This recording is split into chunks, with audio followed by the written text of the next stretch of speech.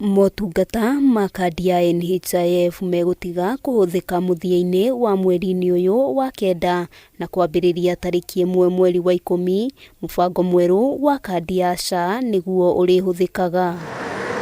Kuringana na Ministry ya Ugima wa Mwiri, ihinda-ini ria mieri 2 mihituku kuma riria wiyandikithia wa SHA wambiriirie, AKENYA milioni 1.16 nio meyandikithitie gukinyiria riu.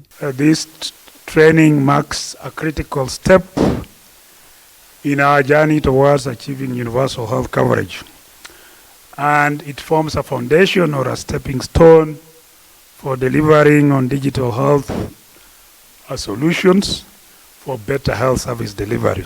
We are also going to train some of the health workers within the hospital facility so that they can assist those who have not registered. Minister Ugima wa Mwiri Debra Barasa ona kuri uguo augite uhuthiri wa SHA ni uguteithiriria gukurana muigana wa dawa iria iribataranagia thibitari-ini ciikiro itiganite, gukurana muigana wa mbeca iria iritumagwo thibitari-ini niguo kurihira arwaru, o undu umwe na gukurana macini iria arwaru marabatara thibitari-ini.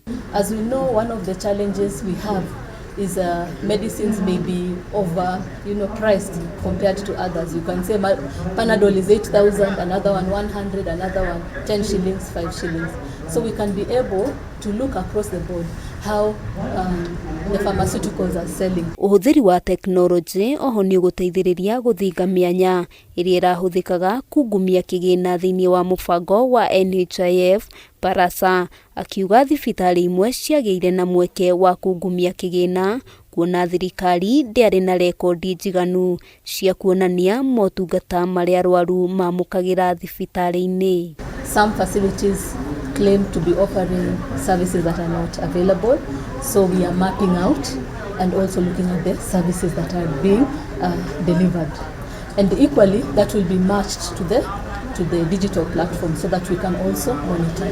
Ona gutuika gutire Mukenya ukahingiririo kwiyandikithia mubango-ini uyu, ministry ni yuritie muingi gwitikira kwiyandikithia mbere ya muthia wa mweri uyu. Maya magithiaga na mbere kiama kia arigitani gia KMPDU ni mokiriire kambuni ya VAMED iria ni ya kuma bururi-ini wa Australia, makiuga marenderia bururi wa Kenya macini itakinyanirie ikiro cia kuhuthika mathibitari-ini. Raises questions over how funding meant to improve Kenya's health sector is being funneled to European for-profit health corporations.